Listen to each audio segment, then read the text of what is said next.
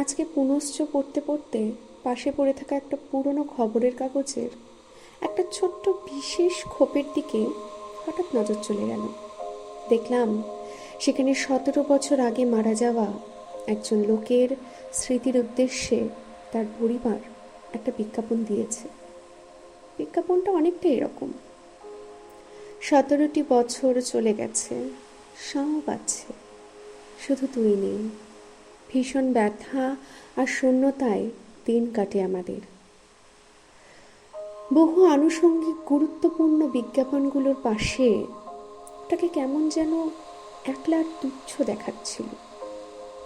এটা পড়ে মনে হলো, সবাই যে বলে একজন চলে গেলে বাকিদের জীবন কখনো থেমে থাকে না, তা কি সত্যি ঠিক? জীবন না থেমে থাক, সময়, হৃদয় বা মন বলে যদি কিছু থেকে থাকে, তা হয়তো থেমে থাকে। মানুষ যখন খুব তাড়াতাড়ি নিজেদের অতীতকে ভুলে নিউ টেকনোলজির যুগকে হাতের মুঠোয় নিয়ে খটাখট পোস্ট, কমেন্ট, শেয়ার করছে সব কিছু, তখন এই সমস্ত মানুষের পাশেই চুপচাপ নীরবে একদল মানুষ বাস করছে, যারা অতীতকে আঁকড়ে ধরে বর্তমানকে মেনে নিয়ে কোনো মতে জীবন কাটাচ্ছে।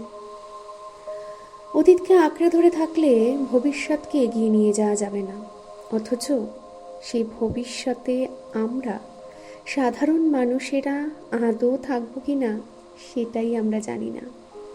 তাও আমরা ঝাঁ চকচকে মডার্ন হওয়ার নেশায় নিজেদের প্রিয়জনের স্মৃতি, ঐতিহ্য ও সংস্কৃতি ভুলতে বসেছি। তবে এখন এই কথাটা সম্পূর্ণ ঠিক নয়। বর্তমানে এসআইআর এবং এনআরসির কারণে সবাই তাদের পূর্বপুরুষদের গুরুত্ব বুঝতে পারছে হাড়ে হাড়ে।